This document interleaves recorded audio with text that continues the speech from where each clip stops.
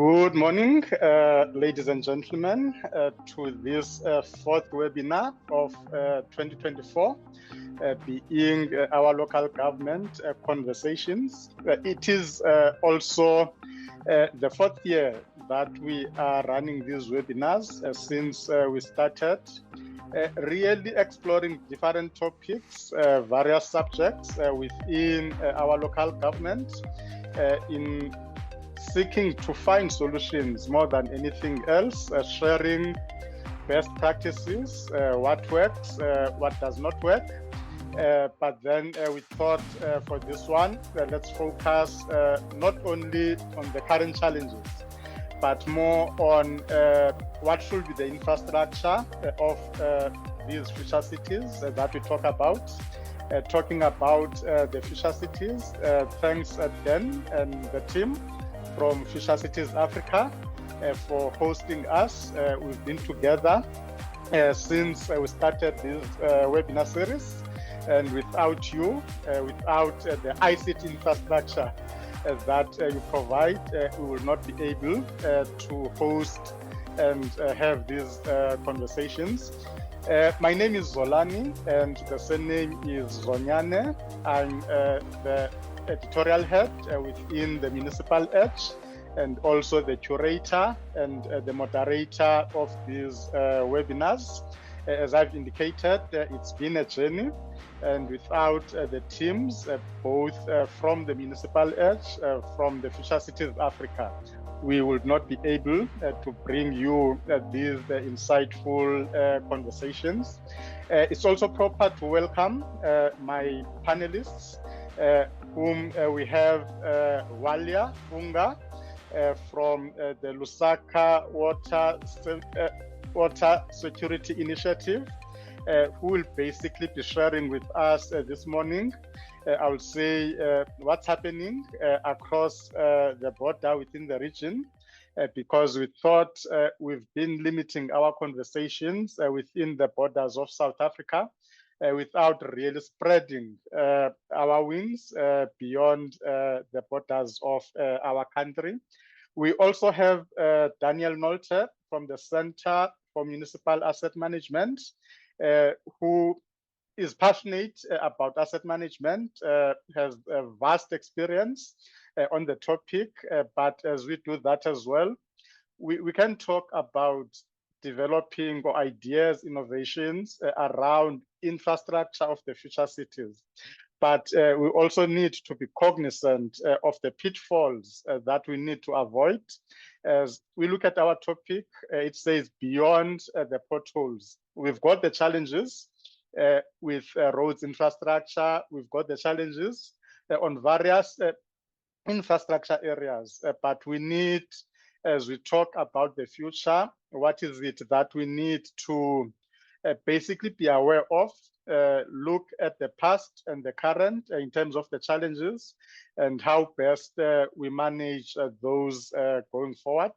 We also have Lottie Venter from the city of Tshwane, specifically from the town planning perspective, who will also be sharing the work that he does and the team within that particular unit, because what we've been doing in these webinars, other than just to focus on the subject itself, there are elements that we need to put at the center of either development, either planning, and part and parcel of that is how do we engage with various stakeholders that we have within the realm of local government, which will also include your communities and broadly the citizens.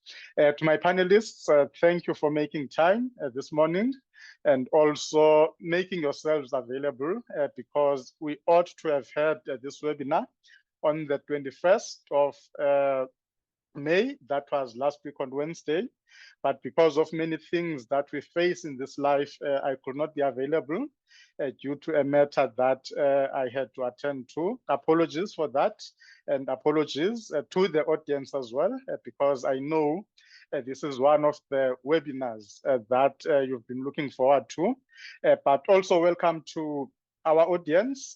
You are always great. And as I always say, without you, we can't have these conversations. Without your thought-provoking questions and comments, these conversations will be meaningless. I extend an invitation, as we usually do, that our question and answer option is available for you to interact, ask those thought-provoking questions, and make those comments in trying to contribute in the conversations themselves. On that, I welcome you. But before I get to, I'll say, the broad overview, it will be amiss if I do not acknowledge our sponsors in business engineering and Ntiyiso Consulting Group. We thank that participation from your side in ensuring that these conversations continue. These conversations continue to shape what our local government should look like, specifically around, I'll say, service delivery among the key responsibilities of local government. And lastly, the support that we continue to get since the start of the webinars from the Chartered Institute of Government Finance risk officers, which had a recent conference.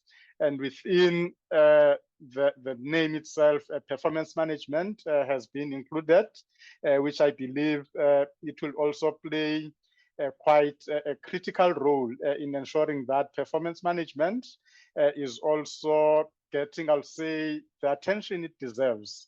And we've got also support from SALGA, the South African Local Government Association, in terms of the topics that we continue to delve into, because local government, I usually say, it's a collective responsibility, and where we are able to have conversations of this nature that addresses critical issues, look at challenges within local government, it is important to have those collaborations in working towards a better local government, a functional local government that serves the needs of the people. And lastly, as I've indicated, the Center for Municipal Asset Management, we've got Mr. Nolte, as I've indicated, and thanks, Mr. Nolte, for the continuous support and continuous participation, because you are one of, I'll say, the furniture of this webinar series since the beginning, and your insights are always valuable in ensuring that indeed we work towards a better local government, but more so, we work towards ensuring that the cities or municipalities that we talk about of the future are informed by that vast experience, are informed by actual actions that should be taking place on the ground. And in the audience, I see quite a lot of, I'll say, regular participants, contributors, without really mentioning each one of you. It's great that you have been with us in these webinars. It's great that you've been drawing lessons, experiences, and best practices so that you are able to then extract those and then make them or tailor them for your specific needs in your own municipalities. And for the purpose of the topic of today, as we relate to this webinar, we chose basically the topic Beyond Potholes, crafting world-class infrastructure for tomorrow's cities, I'll say, / municipalities in Southern Africa. And looking beyond the potholes, we have been discussing the challenges and even the best practices that we've been exploring, have been looking at the challenges that we have been looking at what is it that we are not really doing right, but there are quite a number of developments. I would mention probably 2 or 3 in terms of our development, not only as a country, as a region, as a continent, and the globe at large. We are grappling with the issues of climate crisis. It started way back as global warming, as we knew it then, but it has developed to the crisis that we face.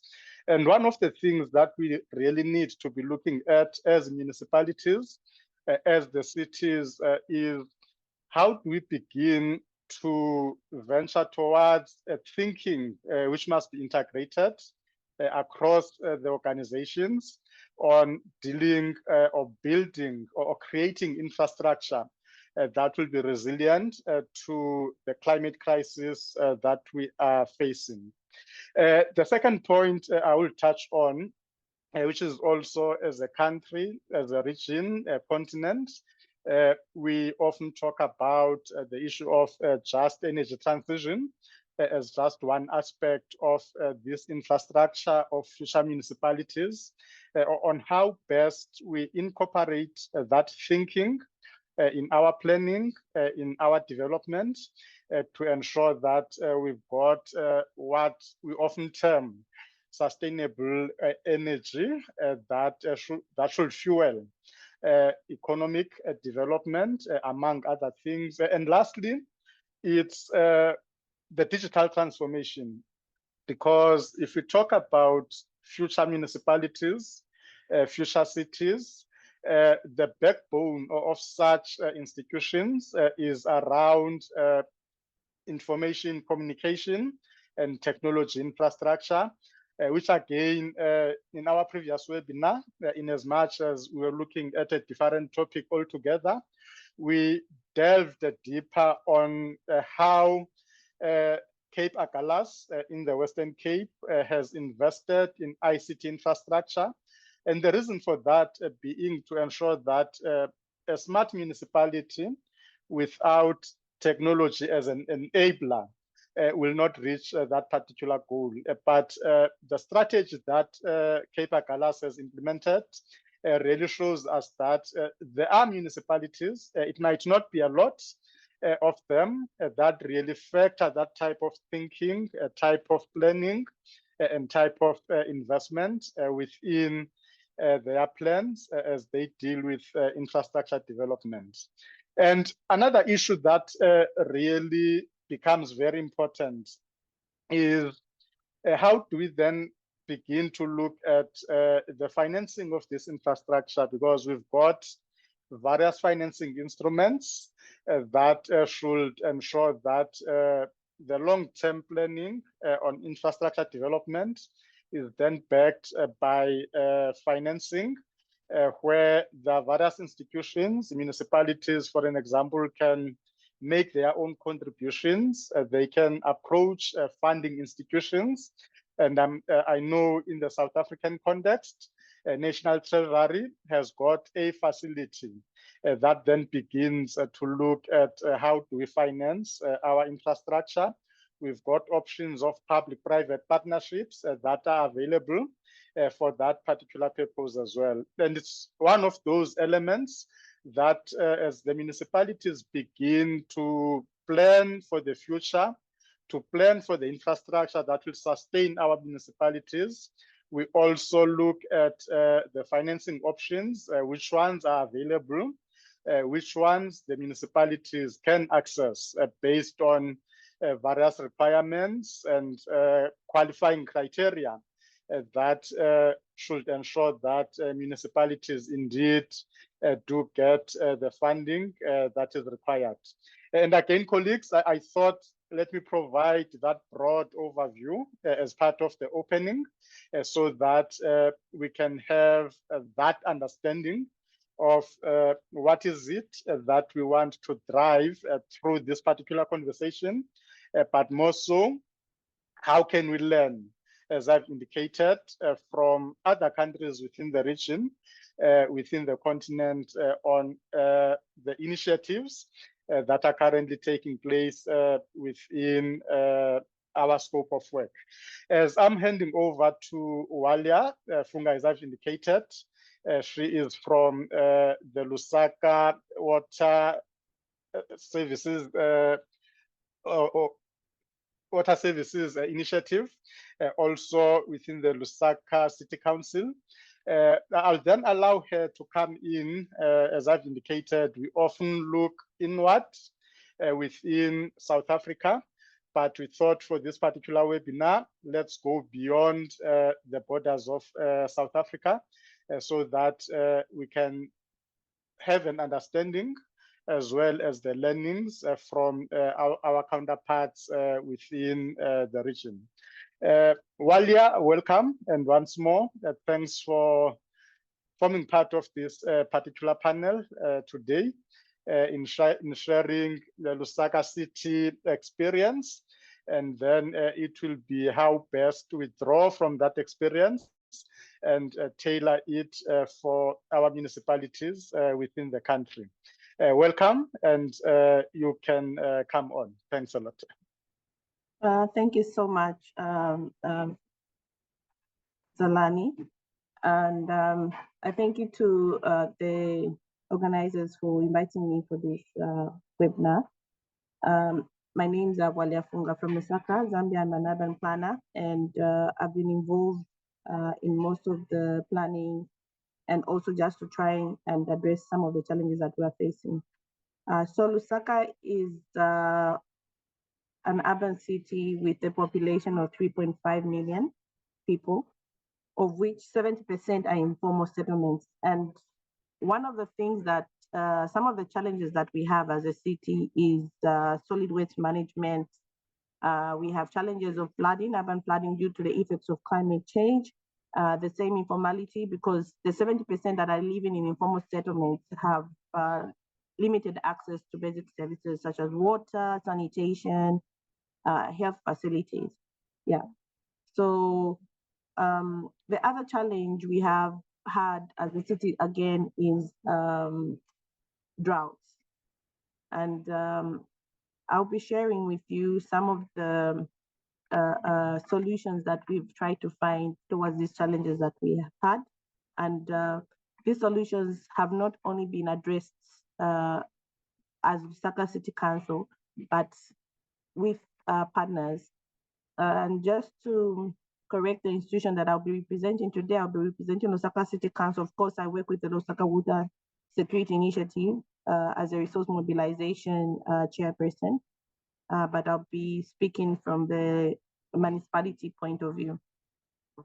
So when it comes to water and sanitation, which is a great challenge for our city, we've had initiatives that we've worked with PPHZ, where we have constructed toilets that do not pollute the groundwater, because every time it rains, we have diseases such as cholera, dysentery, and sometimes we even experience deaths. We've also had to work with other partners. Apart from PPHZ, we've also worked with the community members, because most of our processes, for us to make the process or the projects more sustainable and build resilience at community level, we engage the community from the time that we start working on the project. And this has proven to work well. The other thing that we've been working on is to improve the drainage system. So every time it floods in the city, Lusaka is sitting under a limestone, and we also have a poor or inadequate solid waste management system. So the drainage that we have, the drainage system is not sufficient, but the same insufficient drainage system clogs. So some of the projects that we've worked on to just build climate resilience infrastructure is we worked with the Millennium Challenge account, and where a drainage system called the Bombay Drain was constructed. And also we've been working with our communities through the Keep Lusaka Clean campaign, where they clean and clog these drainages so that there's proper passage of water. And right now we are working with the Green Cities Climate Adaptation Program, where we had proposed infrastructure that will be looking at nature-based solutions. So we have a consultant in place that is collecting and identifying all the hotspots and how the drainage will look like for us to address the flooding challenge in the city. And when it comes to drainage, to droughts, when we are experiencing high levels of load shedding, and some of the solutions the city have put in place is to transition from hydro to solar. So we have solar-powered traffic lights and also solar-powered street lights. So this has also helped our city. And when I come to other infrastructure such as roads, we also have climate resilient roads, and we've also been encouraging our residents not to use pavers, but to use pavers that will help seepage of water into the groundwater, so that we have sufficient ground water for our city. So those are some of the initiatives that we've been working on as a city, just to build resilience. When it comes to governance issues, I think sometimes when we focus more on infrastructure, we forget that for you to build proper resilience and for institutionalization of some of these processes, there is need to get the process right. So some of the processes that we've been following is processes that ensure that the communities are part of the process to a level where when that project or program comes to an end, they're able to continue working on it. So we work closely with the community. We've truly decentralized. So most of these projects are coming and are driven by the communities, and where we identify some of these projects is through community engagement processes where we have community meetings. The community identify their problems, and we prioritize those problems. And it's the same process that we used when we're developing our local area plans that have been reflecting water and sanitation, and also when we were developing the integrated development plan for the city. And I'd also love to mention that from the local area planning process, we have a peri-urban area, which is one of the largest in the city. It's called Kanyama. From that process, we've gotten government funding where government now has supported the local authority to construct drainage for the area, and also to construct roads to improve the road network in that area. And from that process, we're using the in-situ slum upgrading process, and we've also had activity. We've also gotten support from even the private sector organizations. So these are some of the things that we have been working on. So I thought I could share with everyone. Thank you.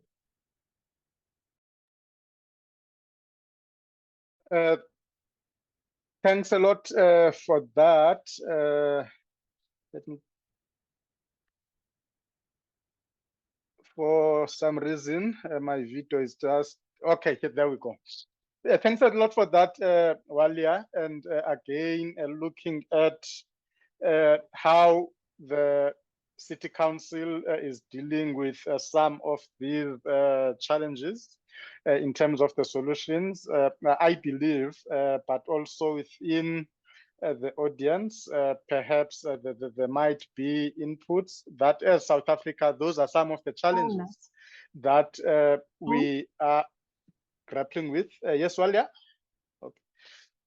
That we are struggling with because if you talk about, let's talk about the drainage system as one particular example versus the climate crisis that we are faced with.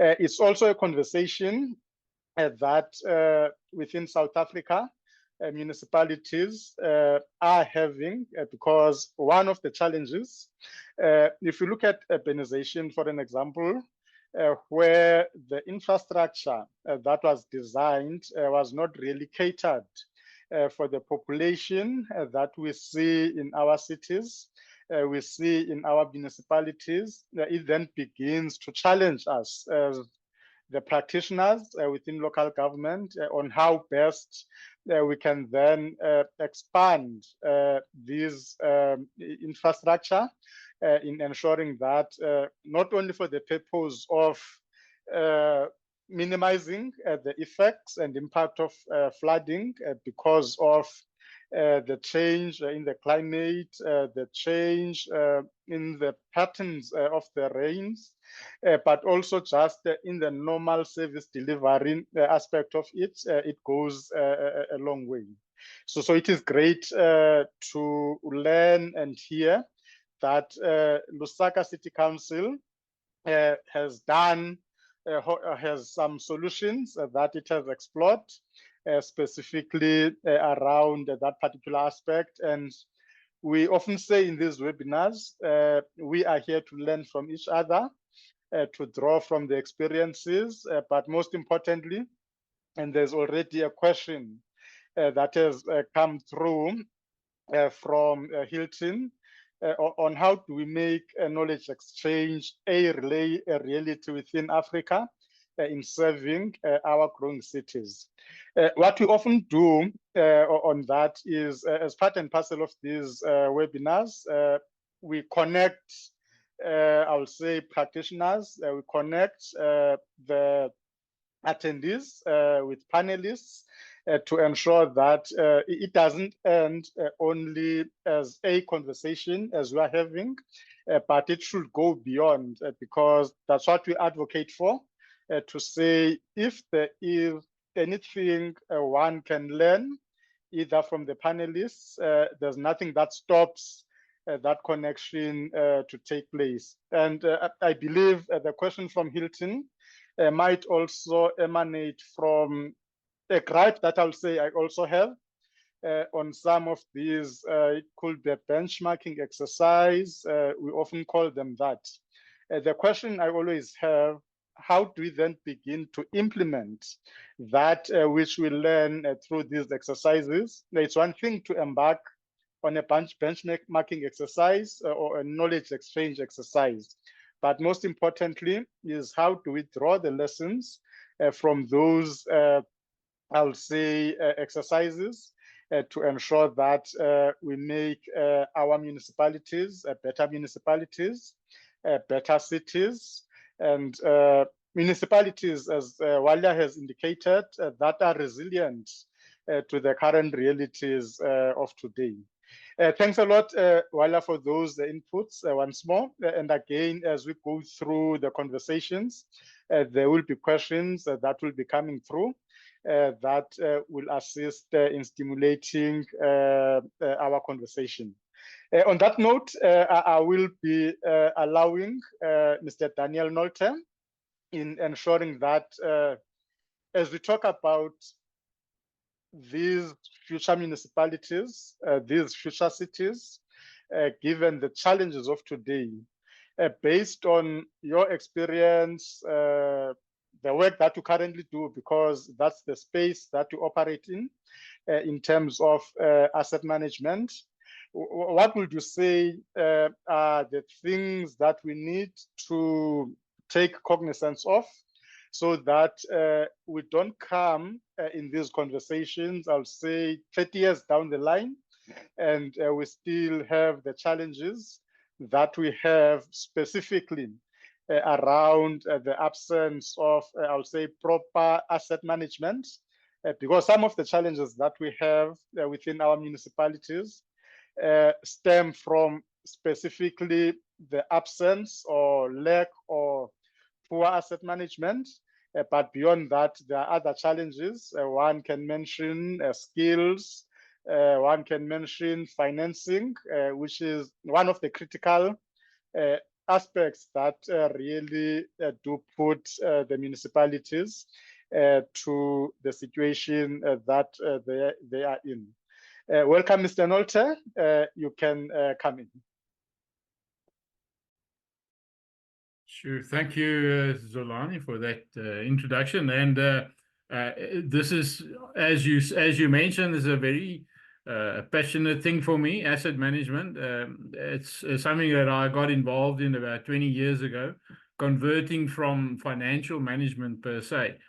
But I think something that we sometimes do not recognize is that municipal asset management is a fairly young field of study, a very young science, because 30, 40 years ago, we were just maintaining, and it was more or less crisis management just to keep things, repaired and keep it going in some way, not necessarily looking at all the facets of assets management per se. In South Africa, it really only started becoming very important when there were accounting statements produced to which all municipalities had to comply, and all of a sudden everybody started seeing, well, we have to do certain things to comply to the financial disclosures, not necessarily managing assets properly. So it was a sort of a very new science, and the one area where it's still, if you look at the whole asset management cycle, and just for, I think most of you would know that, but just to repeat that, I mean, it's a cycle that starts with planning, then is with the acquisition or construction or whatever. Then there's a maintenance or rehabilitation phase, and then lastly there's a disposal or then a replacement phase. So we tend to neglect, and we have been neglecting the planning phase on all levels in government as such, not only local government, for many years, where there was no proper planning done, even though some of the legislation indicated that we should have done that. If we look at, we had in 2001, there were planning regulations promulgated in terms of the Systems Act, which said we should be planning on a municipal level in conjunction with the districts and the national. We should be collaborating, vertically in when we're doing our planning. And that hasn't happened. I mean, there was an initiative now for district development models where that is promoted again, but it's been in legislation for over 20 years already. And I think the one area where obviously all the reference works at the time was not in place, because the Spatial Planning and Land Use Management Act, I think, only came out about 12 years ago. So that's fairly new, and that is a critical part of planning properly for assets on all levels. That is for the construction and maintenance and rehabilitation, all of that, which links us to the where we are at the moment. We inherited this almost sort of unplanned infrastructure in all arenas, where a lot of things happened, like I think Bwalya, she was referring to the informal settlements as something that we find in all the urban, the bigger urban areas in South Africa. That is a massive problem as such. It's a situation that we have to cope with somehow. And yes, I think we can learn perhaps from how did they in Lusaka, how did they cope with that? She said they started with community-based organizations to see how they can do something about the drainage and the construction of roads, etc. So there is some, there's something to learn from them. They might be able to learn from some of our cities as well on how they coped. But in that scenario where we are, we've fallen behind on the planning, and I think that is a rule right through South Africa, and highly likely through Southern Africa.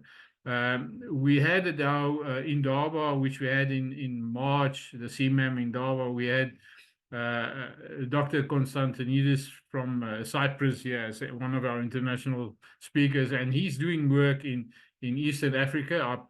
I think not necessarily in Lusaka. He might be, but I know he's in several countries there as well. Where he referred to the fact that, you know, obviously you have to start there first with having the spatial information firstly, to know what you and that is the start to create the information base from there, and then start working from there. And he interestingly enough, one of the things that he said is that we have these reticulations, and he was only referring to water and sanitation because that is his specialty. We have this developed over many years to cope with a certain environment in an urban situation for the communities that are there.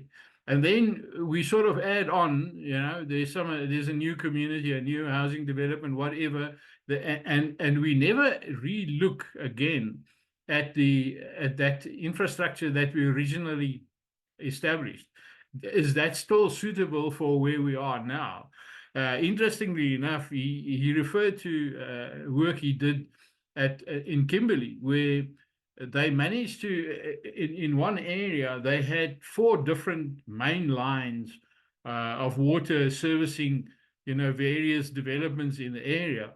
And they just, instead of replacing or rehabilitating each one of those, they scrapped 3 of them and only upgraded 1 line that could actually do the same work, which obviously saved millions. It saved continuous operating expenses on pumping, on pumping expenditure and all of that as well. So that is one of the areas that I think we do not really look at every time when we're sitting with a situation of expanding requirements and dilapidated infrastructure. And for me, that was something terrific. A thought that I've had for quite some time now is we talk a lot about AI and how can we use AI in going forward, and AI sounds a bit like the enemy, because lots of people think, well, AI, this monster is going to take my job. However, I have a different view of AI. I rather call it MMI, because it's man-made intelligence. We've made that. We created that, and I think we should now create certain aspects in it that can make our lives a lot easier. Look, I've read a bit about all these things. I'm not a gamer, because lots of gamers will tell you about avatars and all of those things that happen. I'm not one of those, but I've read about the metaverse and how that works, and then one of the interesting aspects is virtual reality. I definitely feel we can make use of that development of software. It was developed for gaming. The gaming industry is much bigger than local government worldwide. I think there's massive money goes into that. But there is an aspect there where we can use virtual reality to assist with the planning. If we're looking at spatial planning, the infrastructure and everything to do with that, we can use a lot of virtual reality to create environments and then apply certain conditions. So for me, a specific interest is stormwater. Bwalya also, she referred to the instances that they've had flooding, and I think that's something that all of us on the southeastern seaboard of Africa, we experience that, because remember, we're close to the warm Mozambique current, so our sea is already slightly warmed up, and now if it gets more warmed up, we get more and more precipitation going into the clouds, and the storms are getting more and more violent, and the quantities of water is getting worse. We're getting battered. And so we have to become a bit more clever on planning on how we're going to cope with this. And I think we can definitely do that by using virtual reality. Apply that. We have the information, the topography and everything. I mean, it's there, it's available. It's just to make sure that we develop the software for that purpose, to make sure that we can apply 200 millimeters of water in 1 hour in an area, and you see what happens, that sort of thing. So we can use technology to help us. That monster that's not going to take your job, we can actually make it to work for us for this. One of when we talk about and it's one of my passionate areas as well. For 20 years now, I've been writing about management of stormwater, and because that is the one thing that we know, and you would know from if you're in water or sanitation management, that it is for sanitation, stormwater is a terrible thing to experience, because it gets into the water that you want to purify, and it overruns systems and overruns purification plants, etc. It's something that's definitely as a nightmare for anybody in that aspect. But if you talk to civil engineers on the road side, they will tell you the biggest enemy of any road is water, because water actually creates those potholes. It will find a tiny crack, it will go through there, it will create the pothole. So how to prevent the potholes is to make sure that you actually have proper drainage in every single road, and that is, I think, where we should spend a lot of our attention on, is how do we manage the huge influx of stormwater from the clouds. One of the schemes that I've been promoting for a long time, it hasn't really been implemented anywhere, except by the Incas 500 years ago. They did terracing to manage water, and actually to raise their water tables, and to make sure that they can irrigate whatever they wanted to plant. And this was replicated in the lowest plateau in China 20 odd years ago, and that was massive. It's a massive project where they also created a lot of terraces to slow down the water, and to create more arable land, and to retain topsoil. We put a lot of things in the topsoil, and then it gets washed out to the sea. All of us on the eastern seaboard, we see that.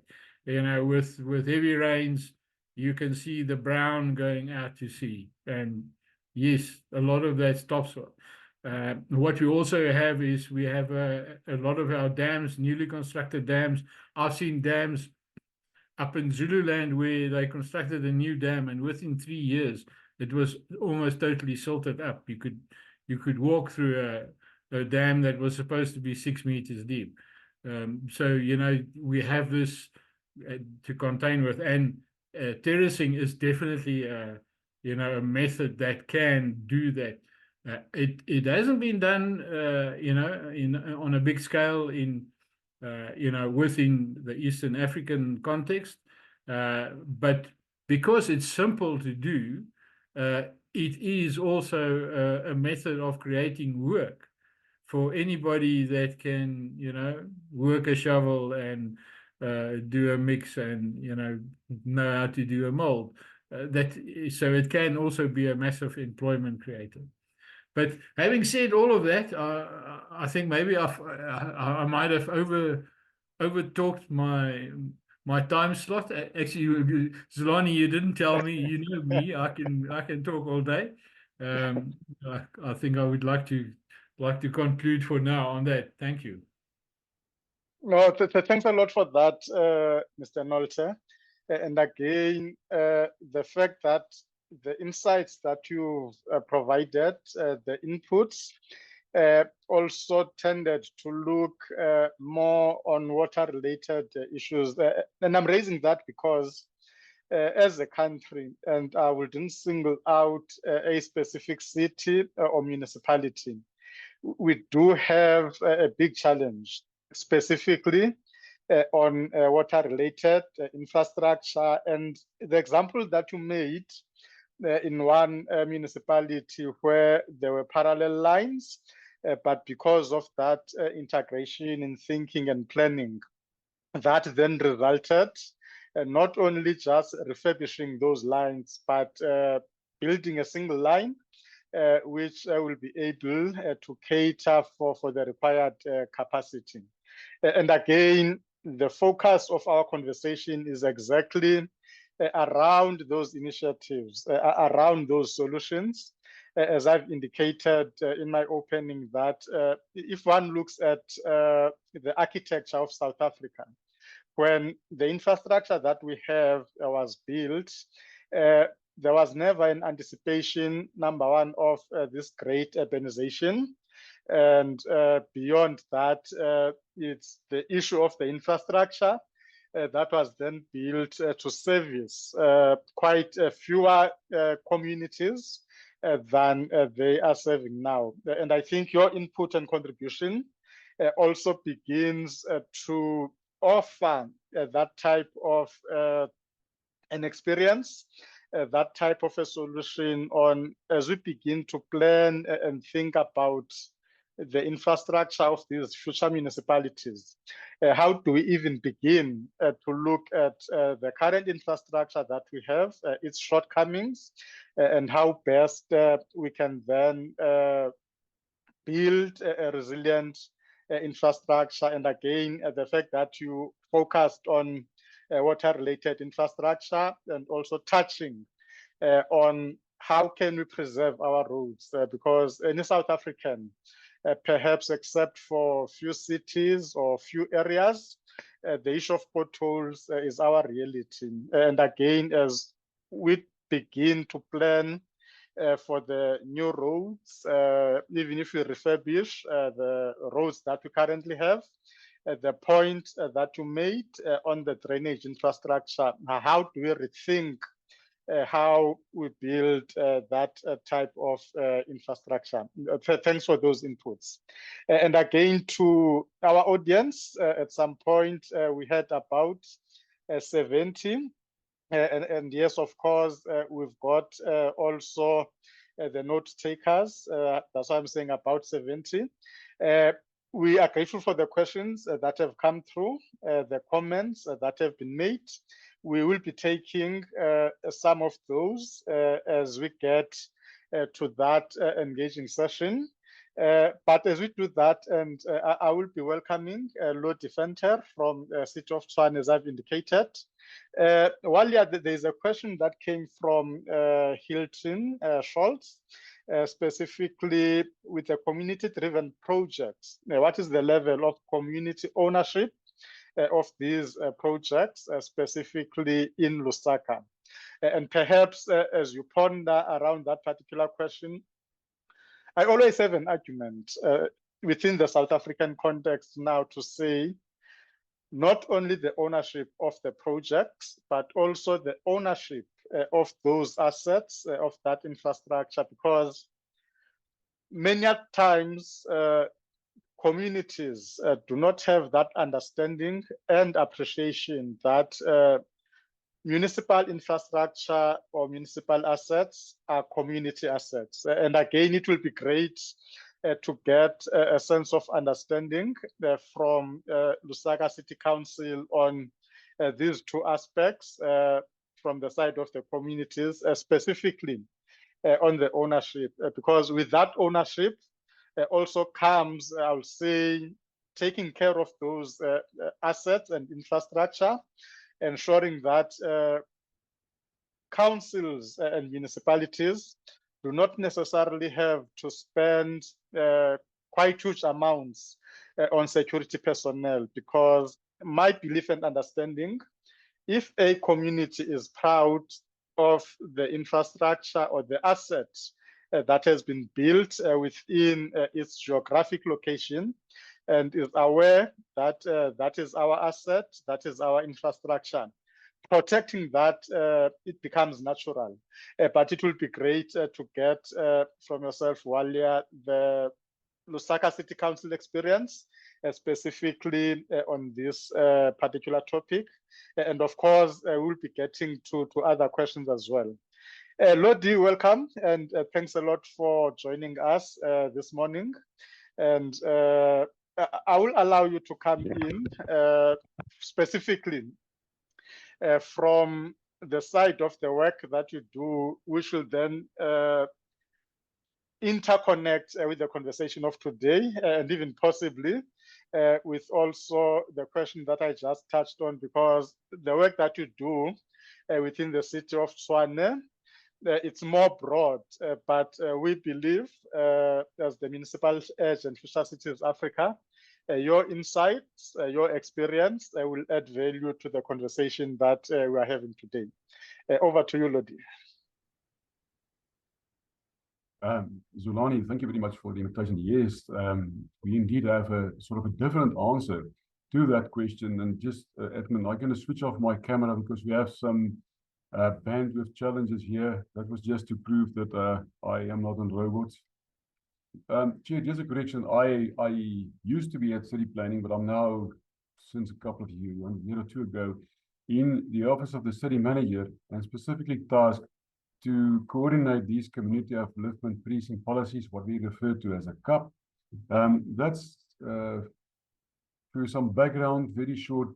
Don't try to do much of a theoretical lecture here. The CUP is based on founded on the traditional city improvement district model, where businesses, communities were willing to contribute to an additional levy to provide additional services within a business district. We sort of tweaked and played around with that idea, and eventually formed this or developed this policy. The difference between what we're doing and a normal CIT or a city improvement district is these words that is a voluntary basis. So the CUP is a formal agreement between the city, signed by the city manager, to allow communities to provide certain basic services on a voluntary basis, thereby improving their environment. In doing so, we saw a really kind of a change in attitude, almost related to your question, where people are more actively involved. And I also did a lot of reading of this and found many examples globally where this becomes a way of planning. Instead of we have our traditional land use town planning schemes, people in cities are really doing active community cooperative planning, where community tell officials what we want, and they're lucky their officials listen to them. This is a voluntary initiative where we allow people to cut grass, clean parks, do these services you see there on your screen. Additional potholes. This initiative was originated by two active communities who was just fed up, maybe pothole up, for driving through this stuff, and they started to fix it themselves.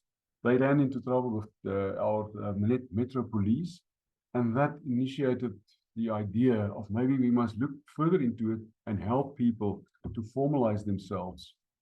There's the process. Very briefly, it's oh no, apologies. We also have received many applications that this does not comply with our policy. Many of them is things that our policy is a shortcut to get a council lease, maybe to resolve unlawful land occupation. We received several applications for the normal gated community processes. We unfortunately cannot assist them. People are not allowed, or communities, to work on the mainline water, sewage and electrical networks. But we do allow for changing of globes.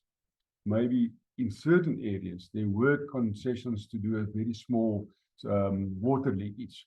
But in the main lines, people are not allowed to work. This is the process. We receive an application, we forward it to our regions. City of Tshwane, we have 7 administrative regions. We conduct a technical meeting, and that's just a conversation between the service delivery departments and the applicant. We prefer that the ward councillor attend. After this, should they comply with our policy framework, we have a formal evaluation meeting chaired by one of our senior managers. Once that's approved, we refer or forward the documents, which consist of a memorandum of understanding, an operational planning, as well as some more legal technical conditions to the city manager for approval. And we aim, and that's our objective, and we not always, but in the majority aim to approve this within 30 days of reception. And the good news is there are no application fees. This is just a summary of what we had. It was since last year. Many precincts want to clean their stormwater inlets, street lights. We have many more of them. There's a memorial hall in Outreachville, electrical infrastructure. Since that one in Southern Outreach, then several more. In fact, we're going to discuss one on Friday again for another substation where people, mainly businesses in an area where they're willing to contribute and improve the security by way of providing security cameras, more dedicated or sophisticated security connections, whatever they use, to secure those substations. And just mention, since Raslo did it, there was no incidents, and they have a stable electrical supply. Here are some of our success stories. This was the very first one that we approved in Erasmia. Community says this is a park just there where inhabited by homeless people, being dirt all the time. They're willing to provide these kind of services and make it a community effort. And that's one thing that we look very strongly at. Once we receive an application, and we have received, unfortunately, also where people wants to use the policy, but for their own businesses, to further their own business interest. For us, we look at the community involvement. Who's going to be the net beneficiaries? And we place a high premium in to ensure that it is a community benefit, especially when it comes to parks. Here's the Raslo substation. They protected it, cleaned up around the area, do more extensive grass cuttings, and then they installed several high-tech equipment that up to now was able to secure this substation. Here's one community in Pretoria North. We will do it ourselves, they call them, where they help just start it. Clean the area, involve school children. And the good thing about this, within Pretoria North, there's one section that is extremely poor. And these community use those people. All these people you see on the phone used to be unemployed, just loitering the streets. And this was started by a gentleman,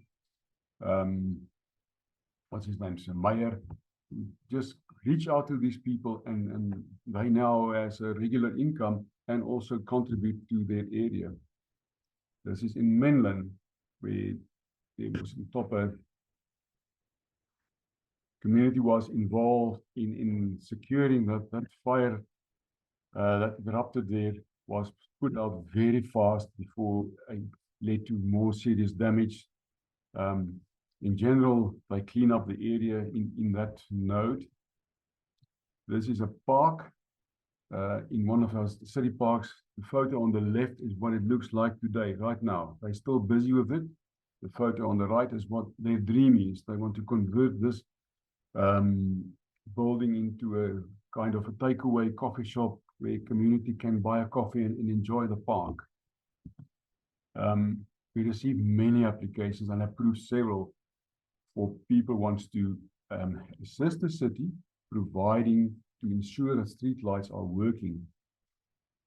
This is one example for solar lights, which is at this stage not been approved.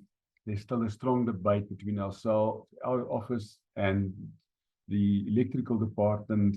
They're hesitant to approve solar lights.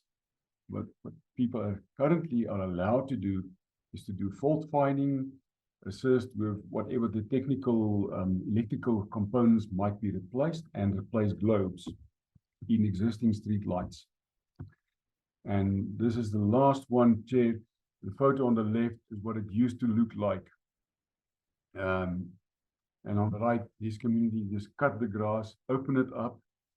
And what I haven't shown you is between all of this, the repair of potholes is kind of a usual, in every application, people are willing to assist the city, the filling of potholes and to repair the streets.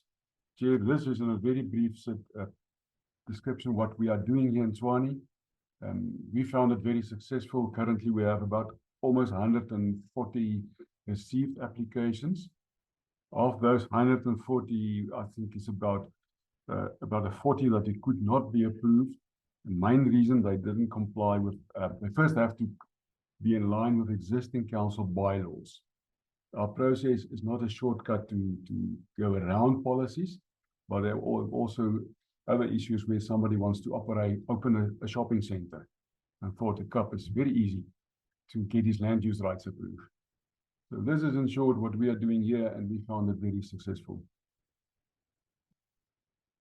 Okay, no, thanks a lot for those inputs, Lodi. And again, it also shows that we might be talking about infrastructure development, or I'll say asset management. But again, looking at some of the examples that you've shared, the one of the park, for an example, in trying to convert it to an asset that will ensure an economic activity within that particular community, but also providing opportunities to the community members.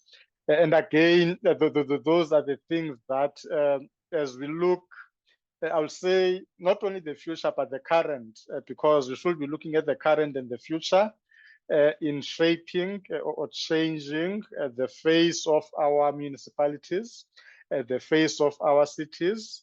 And beyond that, we then touch on the issue of infrastructure development, as we have indicated. I note that Bwalya might have dropped off from Lusaka City Council, but as soon as she joins, we will then allow her to come in. But in terms of the questions or the question specifically that I would like her to touch on, as I've indicated, it related to the issue of community-driven projects that came from Hilton, the level of the community of ownership in Lusaka. She can be the one to answer that.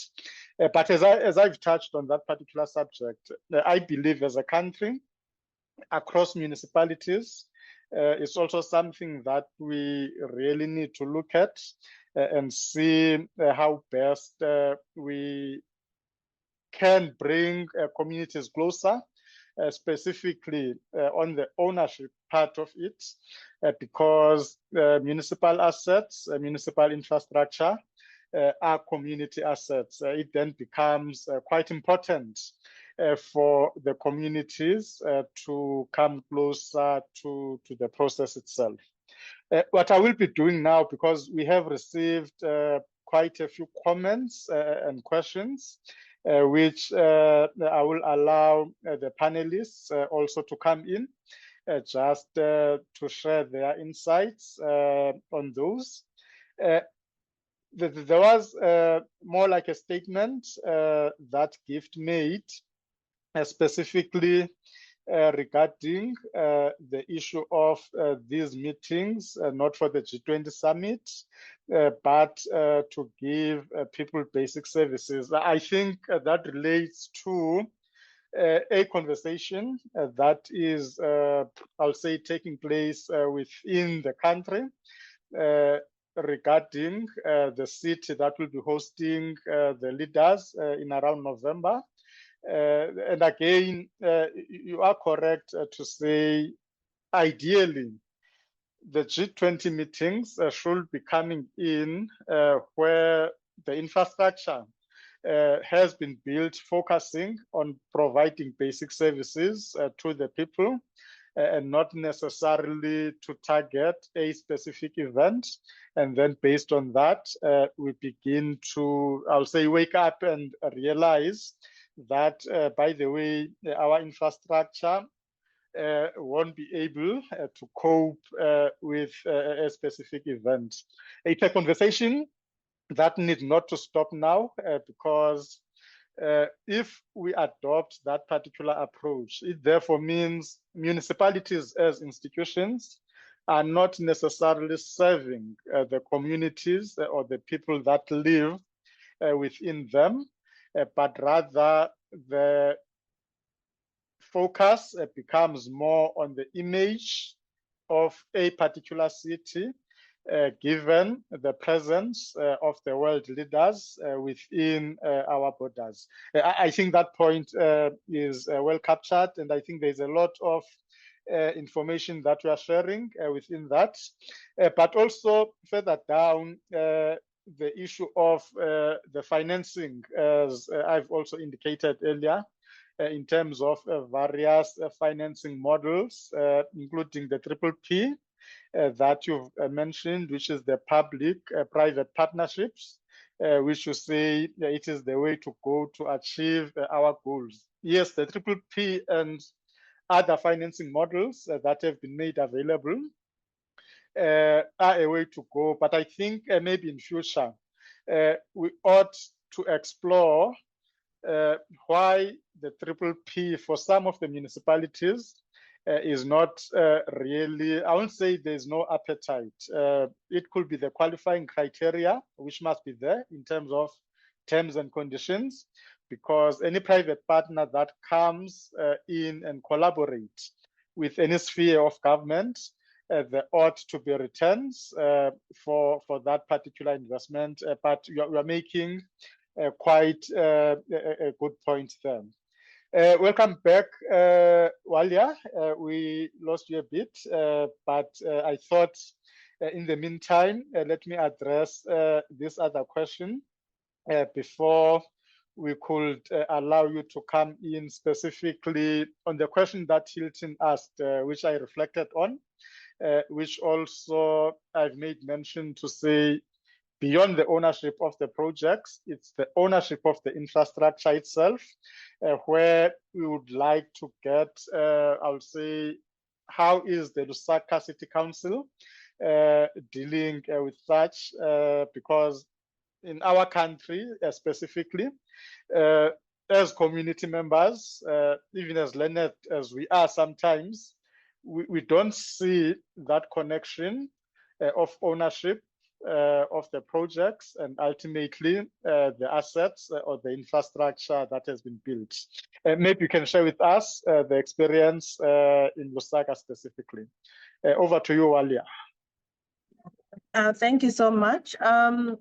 I think I would love to share what we've been doing. Lusaka is currently just implementing decentralization. So the ownership of the project actually extends to the ownership of the infrastructure. So when we are identifying a project, we engage the communities from the inception, from inception to implementation.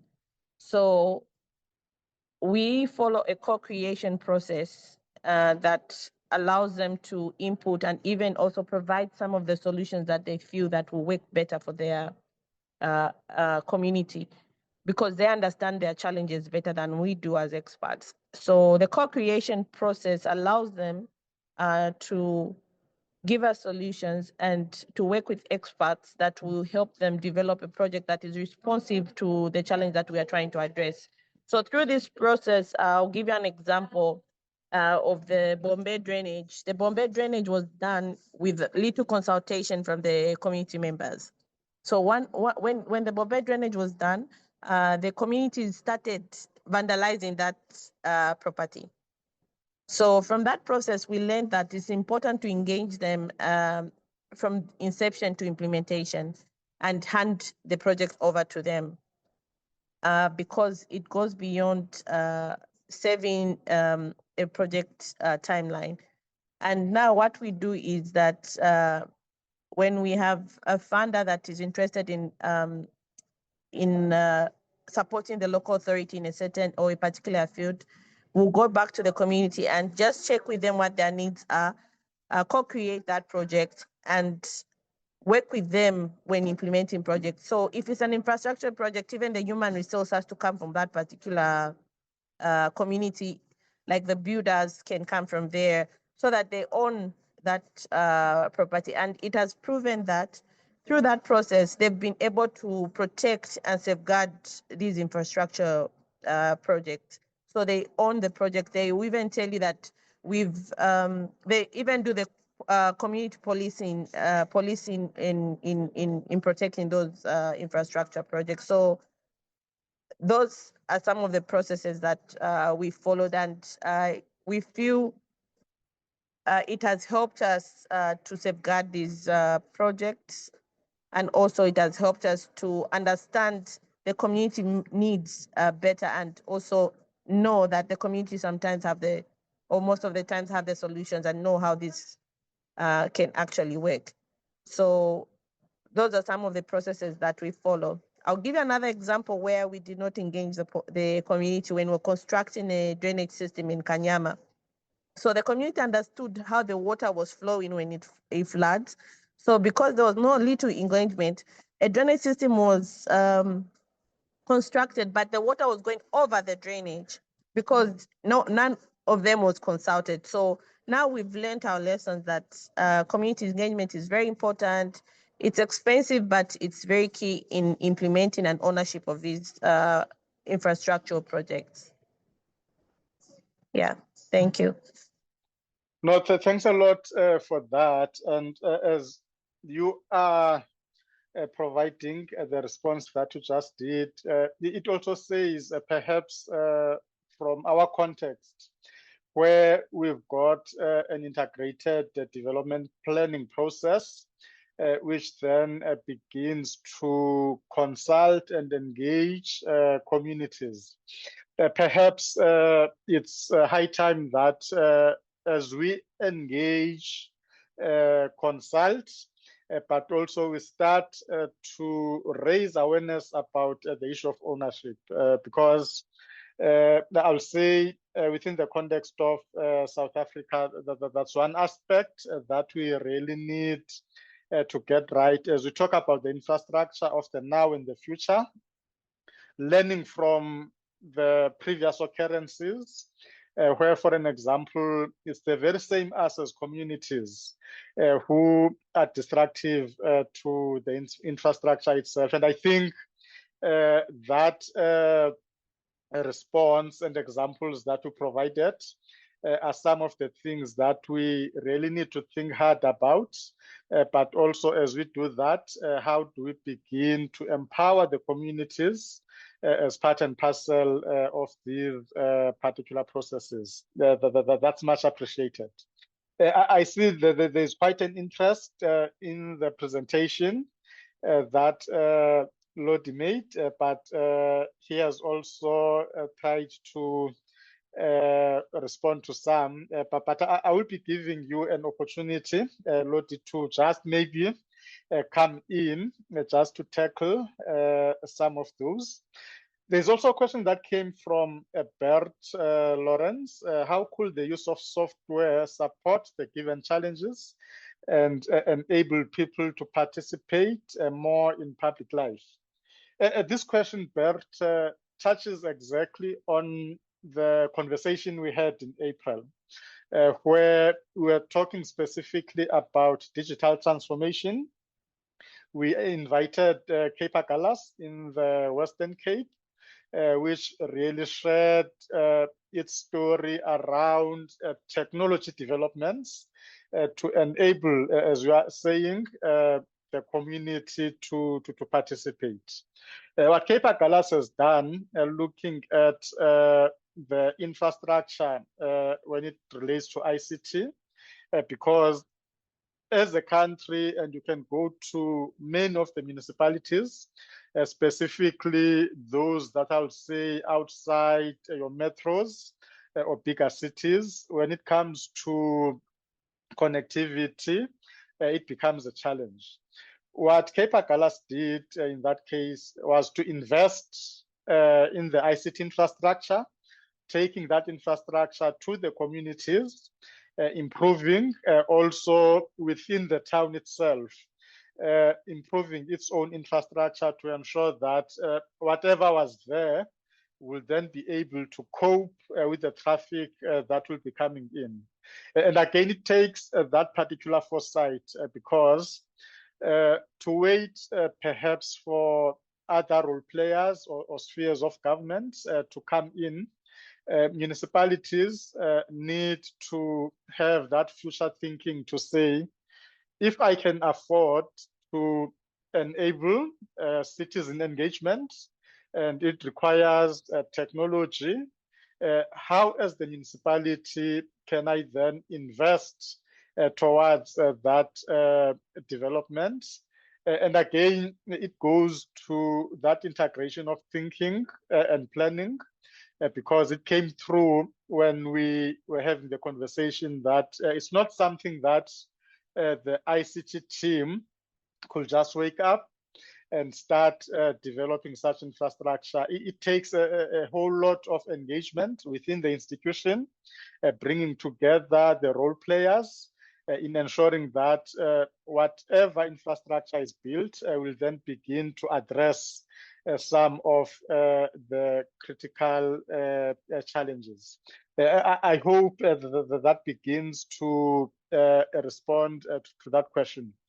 But I want to come to you, Mr. Nolte, before I go to Lodi as well, specifically looking at this aspect of the community. I know that there are some models that you have explored and you have extensively spoken to. Drawing that from the experience of the Lusaka City Council, what are your insights on that specific aspect of, I'll say, infrastructure development, asset management? Over to you, Mr. Nolte. Thank you, Zulani. Sure, it's a very sensitive point because it involves the attitude of the leadership as well. You know, we've been, and as CMAM, and I'm also part of SIGFARO, I'm a member of the Research and Advisory Center, but we have a communication worldwide with various bodies in America, Canada, Britain, and Australasia. And they've been pushing the agenda, and I think a lot of that was accepted here. And they call it's so easy to say ABCD, you know, asset-based community development. So that was the attitude. It's a top-down approach where, you know, the leadership then decides these are the assets that the community will have, and then we will develop them like that. And you know, I've shared my take on that, which was CBDA. I swapped it around a bit to say it's community-based development of assets, and I think that fits in with Bwalya, what she was saying. You know, is that if you involve them first, then they take ownership of the assets. But you have to keep a few things in mind, is that a lot of the community, and if you look at these informal settlements and that, people came to settle there because they had no employment in the rural areas. They could not survive there. So they're coming to the city, and there's not necessarily work for them there. So they also they don't have the means really to survive and supply a service without any cost. So you have to look at a model where, and I was involved in one municipality where they created a model like that, where they appointed community cooperatives to do certain tasks, but based on performance agreements. So they had strict performance agreements. These are, for example, verge cutting. So they were set out to cut all the verges in the town within a month, and then that was inspected, and there was a points system which they could validate, how much of it was actually done. So it was to the satisfaction of the municipality, and they were paid proportionately. So it was, in other words, the performance, the payment was based on how much of the work was actually done. It worked very well. It was extended to quite a number of various services, which included waste collection, cutting the sports fields and cleaning up, that as well. So that was very productive. But just to come back on, on the community-based development of assets, it's not a concept that should be new to us. It was in section 152 of the Constitution. It says there that you should do those things. The socio-economic development and the service delivery should be in consultation with the community. The regulations that were issued in the early 2000s regarding the IDP, development of IDP, it should be in consultation with the community. I think the attitude, because of that ABCD attitude that we've had, and most municipalities have, the top-down approach, is to do the development, because that is that's the compliances. You must produce the plan. So they do the development, and then once they've done the final draft of the IDP, sort of a few weeks before you have to finalize your budget, they go on a community drive and say, this is it. Do you have any problem with it? It's not there's no input really from the community in the whole process that will give them that incentive to become part owners of that. So it has there's two angles to it. There's is the commitment by the community to actually want those assets. We've had a situation here in the city where I live, where the city decided to build a sports stadium, fantastic stadium, and costing many millions. And at the end, when they did the handover, the photo opportunity for all the councillors and all of that, it was a big affair, and there was food given to everybody that attended. And the councillor, the mayor, wanted to hand over the key to the senior member of the community. And he said, no, thanks. You will maintain it. That is, it's not that there's something that's given to us, but how we can't maintain it. It will cost money. So that is where, you need to be working hand in hand with the community right from word go. I think Robert, she actually mentioned the classic thing there of creating stormwater drainage.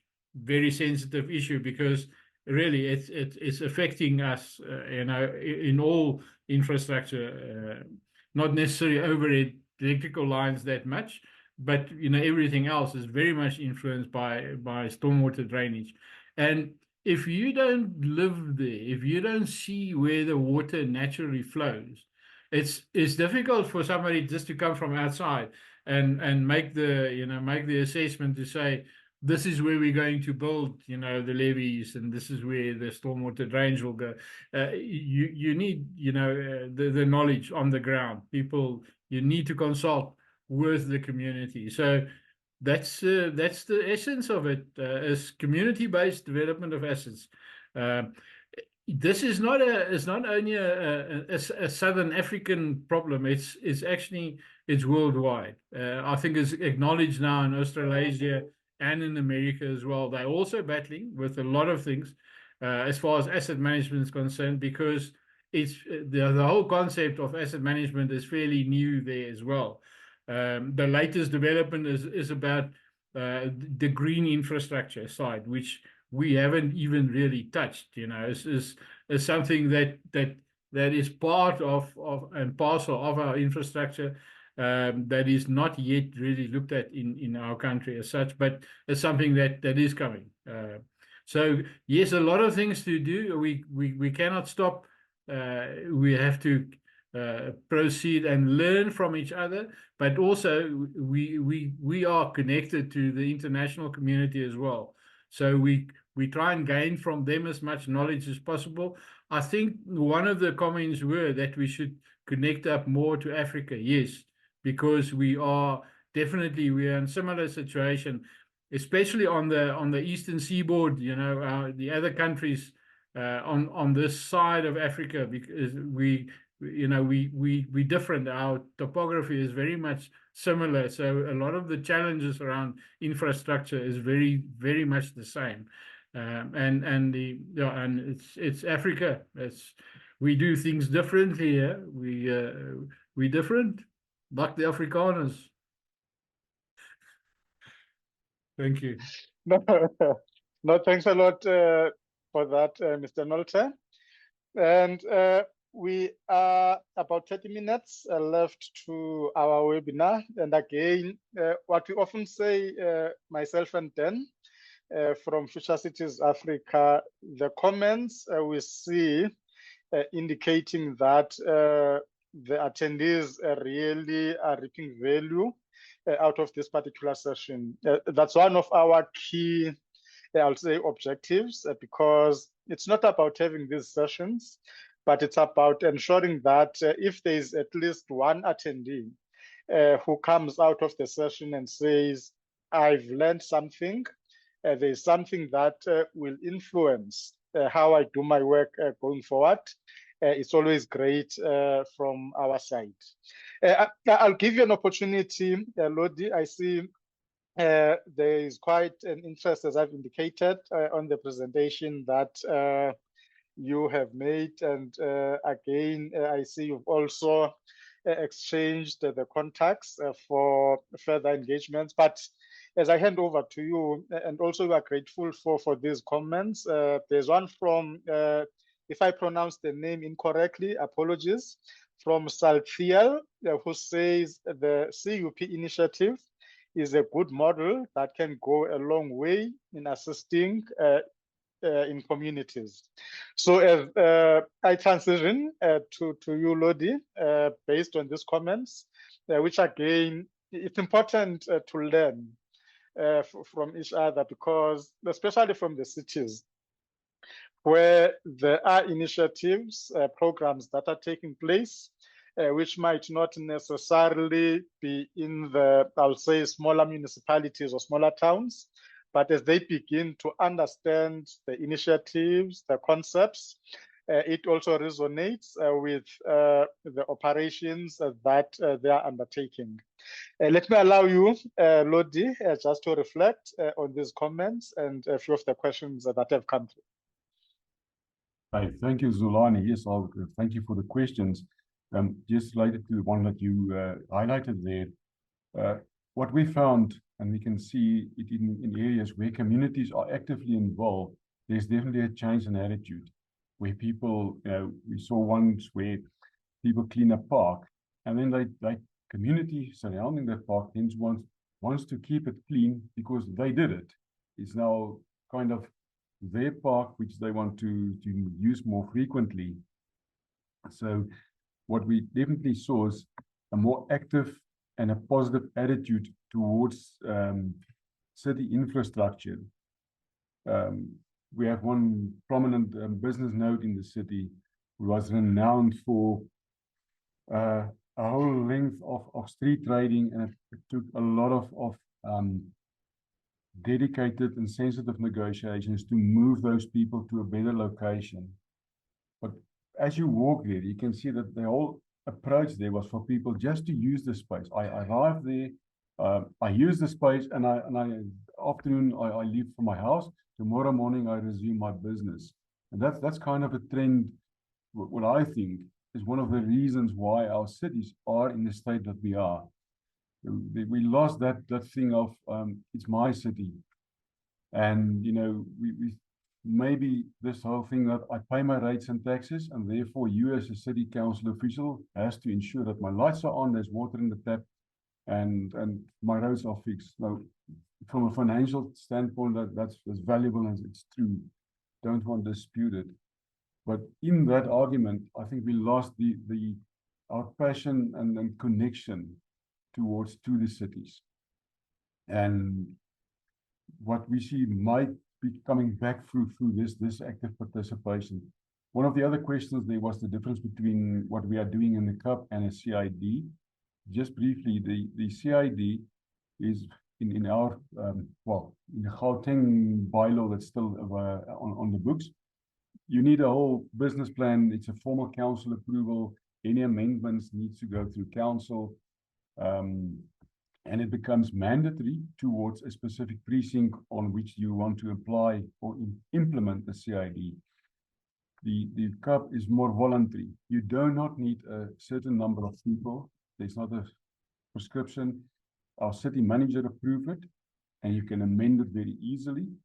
But the downside is that you create space for people who says, "Oh, thank you very much, my neighbor, for paying for cleaning the park opposite our road." It provides still people. There's room to hide. In the background here, we try to work on this to see if we cannot make almost a more closer connection to the CID principle without having that strict formal formalities, making it less bureaucratic and more easy to implement. Zolani, I don't know if there are any more questions or politely answer anything else.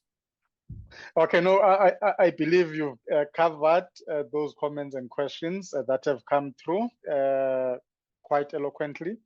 And I see there's an invitation for some of the audience to connect with you. And as I've indicated, you've already provided, for an example, your contact to Salielo. And again, it's such a request that come through that makes this platform or medium something that we always strive to maintain, because through that exchange, something comes out, specifically in ensuring that we do uplift each other. Also from your side, Bwalya, there's a request from Hilton Schultz to engage with you after the session. Maybe you could be in a position to exchange between yourselves the contact details to ensure that that actually happens. We won't be able to take all the questions and comments that have come through, and the reason for that, normally by 20 to 12, we start the wrap up with our panel. But as we do that, we had also received some questions and comments during the registration process. I'll perhaps take few of them. I will attempt to respond to few and then allow the panel as part and parcel of the closing maybe to deal with whichever comment or question that I might not have touched on. The first one, it was more around the interesting session. It came from Nomo Sambata from Umhlatuze. That interesting session, she would like to have one directed to the city on alternatives to pothole sealing. And again, I think this one goes to myself and yourself, Dan, my brother, in terms of how best we can then begin to package these topic-specific topics as Unomusa is proposing. And she further says that the seminar will be within the district, in the district development model approach to involve all relevant departments. And I think it goes broader than just the Municipal Edge and Future Cities Africa. But indeed, I think such type of seminars, be it conferences, you name them, it is quite important, especially looking at the issue of the potholes. Yes, as part of our topic and theme, we have included it, but seemingly it is a challenge because if it is not sustainable, a pothole is patched today, rain comes tomorrow, a few days down the line, the same pothole resurfaces. I think this is more a call to say, how do we then look at sustainable solutions when it comes to dealing with our potholes.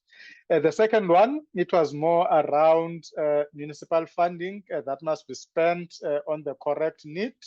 I won't read the latter part of that, although it's important. Yes, this one came from, let me see, because it's important to acknowledge our Johan Dreyer, who is interestingly a pensioner and is also in consulting. Indeed, when it comes to any other resource, even beyond the funding, if they're not targeted or I'll say deployed towards the correct needs, the correct priorities, that's where we see many problems because you've got a budget, for an example, that is intended for a specific project. What happens at times, even before the project starts, a certain percentage is reserved not for the project, but for other activities that are not related to the project itself. It is correct that if there is funding, especially now that we talk about infrastructure of future municipalities, it becomes then important to ensure that every single cent that is budgeted is spent towards that particular project. But that also brings in the point that Bwalya was talking about, Mr. Nolte also touched on, which Lodi also reflected on. Without the involvement of the community, for them to basically hold all those who are in that pipeline accountable, it also becomes difficult to ensure that such funds are spent solely for the benefit of the project itself. Second, lastly, there is also a question that came from Terence Arens, one of our, I would say, regulars who have been with us in these webinars. Has our municipalities have the correct costing models in place? And the straight answer to that, we've got the models. We've got, I would say, practitioners who then needs to ensure that whatever models we have, they are implemented. But what often happens is the issue of leadership came through. It might have been from Lodi, that if you don't have the leadership that has got its heart in the right place, you can have the perfect models, perfect strategies, and everything else. But those will not necessarily yield the results that are required to ensure that we have sustainable municipalities. The last one that I will take, there are still a few more in terms of the questions that came through. It also, I'll say, touches on one of the aspects that we spoke about, that municipalities are unable to maintain their infrastructure. How can this be corrected? And that one came from Philip Siane in Kimberley, from Northern Cape, Cooperative Governance, Human Settlements and Traditional Affairs. And it could be one of those that our panelists, as they close, can touch on. But when it comes to infrastructure maintenance, having worked with municipalities and within the municipal space, number one, you might have municipalities that do not have a full view or understanding of its infrastructure. That's number one. Secondly, the decaying infrastructure. It's at a point where maintenance will not solve the problem. Rather, look at the example that Mr. Nolte made, which also Bwalya in her examples has made, to say, if you've got a pipeline, for an example, that consistently gives you problems, instead of focusing on fixing or partly fixing those problems, the thinking should be, how do we move towards a replacement? And with the replacement, some of the material that was used in building that infrastructure, possibly it has reached its lifespan. It's the quality that cannot withstand the demands of today. So it also becomes important, not only focus on maintenance, but also focus on replacement. But what municipalities need to do, there are certain thresholds for repairs and maintenance when it comes to budgeting. But again, if I can share with you, and it's something that you are aware of, in terms of budgeting for repairs and maintenance, many municipalities are not doing great from that particular end. It also starts from that angle to say, let's dedicate resources in terms of budget towards repairs and maintenance. But as we do that, how do we think about new infrastructure to replace the infrastructure that we currently have? So those are some of the questions and comments that have come through. And again, as I've indicated, we won't be able to take all of them, as we are edging towards closing our webinar.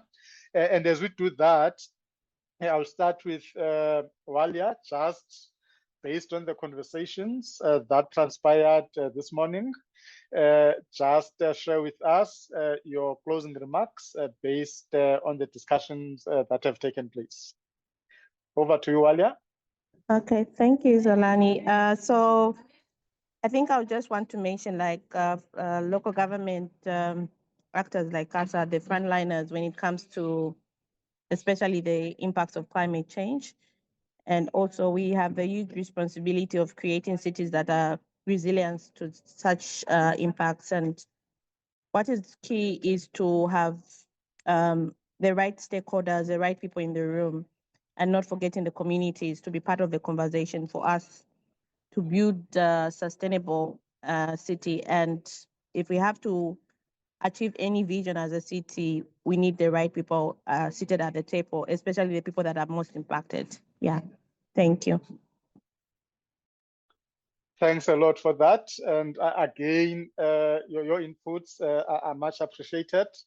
As we expand the participation and contributions to these webinars, definitely we will be reaching out to you in future, because we still have a few more for this year, but it's annual webinars.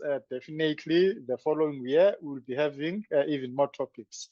But we are grateful for having accepted the invitation and made quite insightful contributions, sharing experience of the Lusaka City Council, which again will go a long way in influencing how we do things within our country, South Africa. Thanks about that. Mr. Nolte, I'll also hand over to you, just your final expression, given the conversation that has transpired this morning.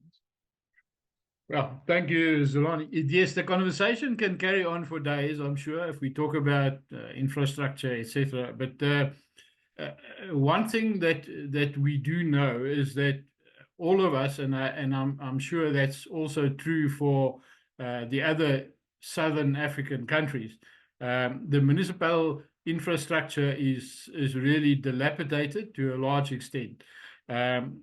For us in South Africa, we know that a lot of this had to do with the fact that decisions were made to construct infrastructure at a large scale without establishing at the time what will be the cost of maintaining that and making sure that there is provision in the future for that. And I think that is one thing that we have to be very wary of even now.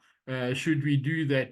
There is, in fact, in the MFMA, the Municipal Finance Management Act, Section 19, actually, and it's been there since 2003, it makes provision for, and it actually asks you as a municipality, before a project's approved, that you must ensure you know exactly how much it's going to cost to construct, for one, to start off with, and then secondly, how much will it cost to run it for its estimated lifespan.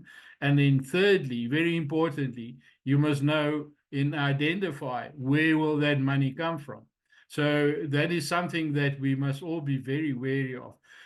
What we've done at CMAM, we've learned from our international counterparts.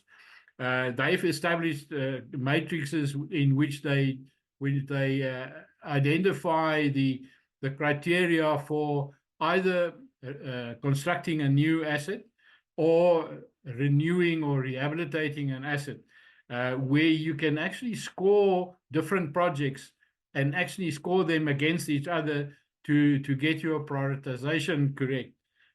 This is obviously very important as well when you look at assets at a different condition. You know, the various conditions, we call it 1 to 5.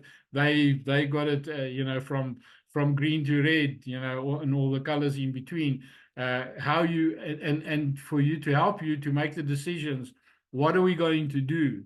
Are we going to replace this totally, or are we going to just take out all the existing paving that's on top of it and leave it a gravel road instead of trying to fix the potholes?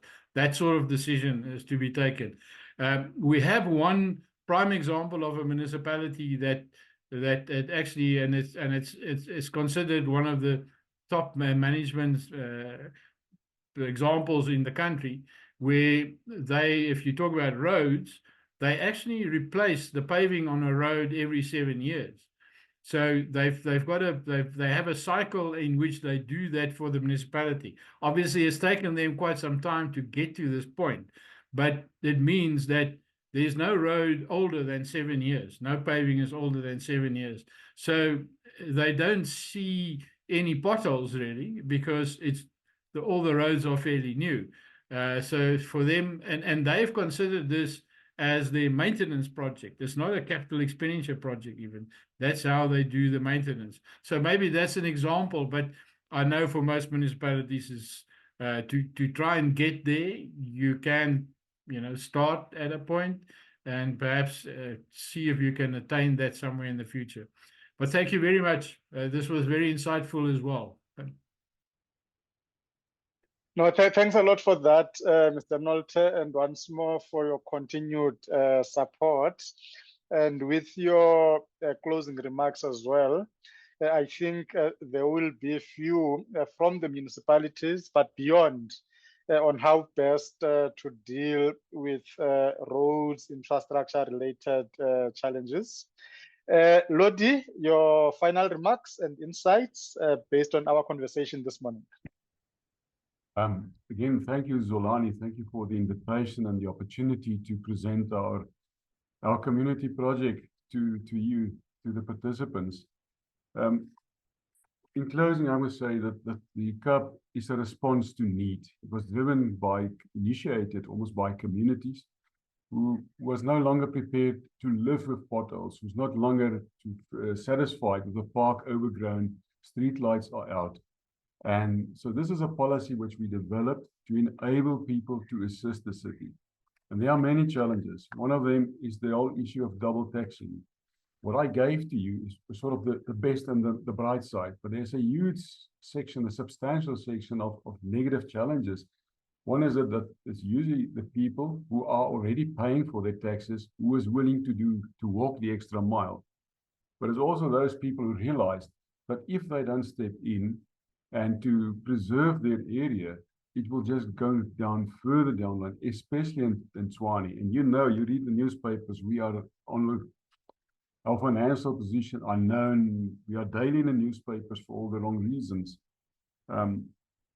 What this project learned me to date, and we started this in November 2023. This policy was approved. For us, it's totally surprised that we are still in. We thought it's going to be a short-term, once-off kind of initiative, but it just shows us that there's a desperate need. People are willing to get engaged, to participate.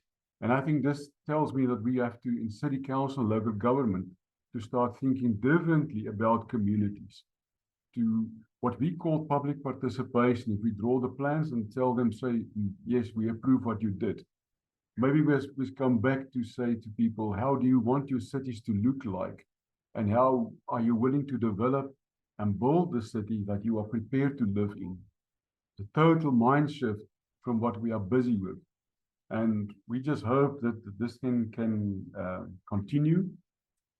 We know one of the critics to this is there's no rebate. And that is something that we are working in the city to see if we can manage our financial colleagues to provide a rebate for these communities. But Zoli, again, thank you for the presence.